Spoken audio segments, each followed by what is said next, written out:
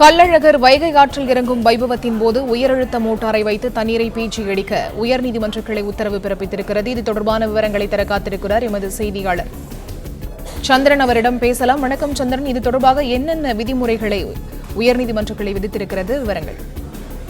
வணக்கம். உலக புகழ்பெற்ற கள்ளழகர் ஆற்றில் இறங்கும் வைபவத்துக்கு வரும்போது உயரழுத்த மோட்டார் வைத்து தண்ணீரை பீச்சி அடிக்க தடை விதித்து இந்த மதுரை கிளை உத்தரவிட்டுள்ளது.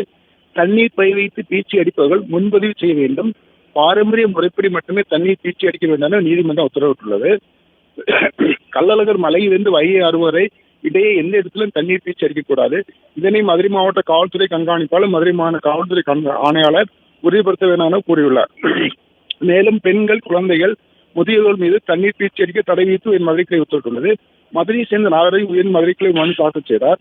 அதில் உலகில் புகழ்பெற்ற மதுரை சித்திரை திருவிழா ஏப்ரல் 12 தொடங்கி 23ஆம் தேதி நடைபெறும்.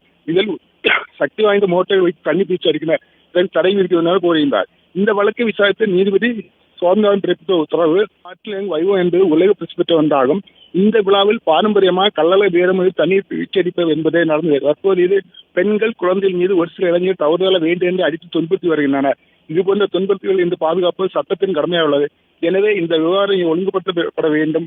பாரம்பரிய உடை அணிந்து தண்ணீர் பீச்சி அடிப்பவர் மட்டுமே அனுமதிக்கப்பட வேண்டும் என கூறி தண்ணீர் விசையடித்து மோட்டார் வைத்து தண்ணீர் அடிக்க தடை விதித்து வழக்கு விசாரணை முடித்து வைத்துள்ளனர்.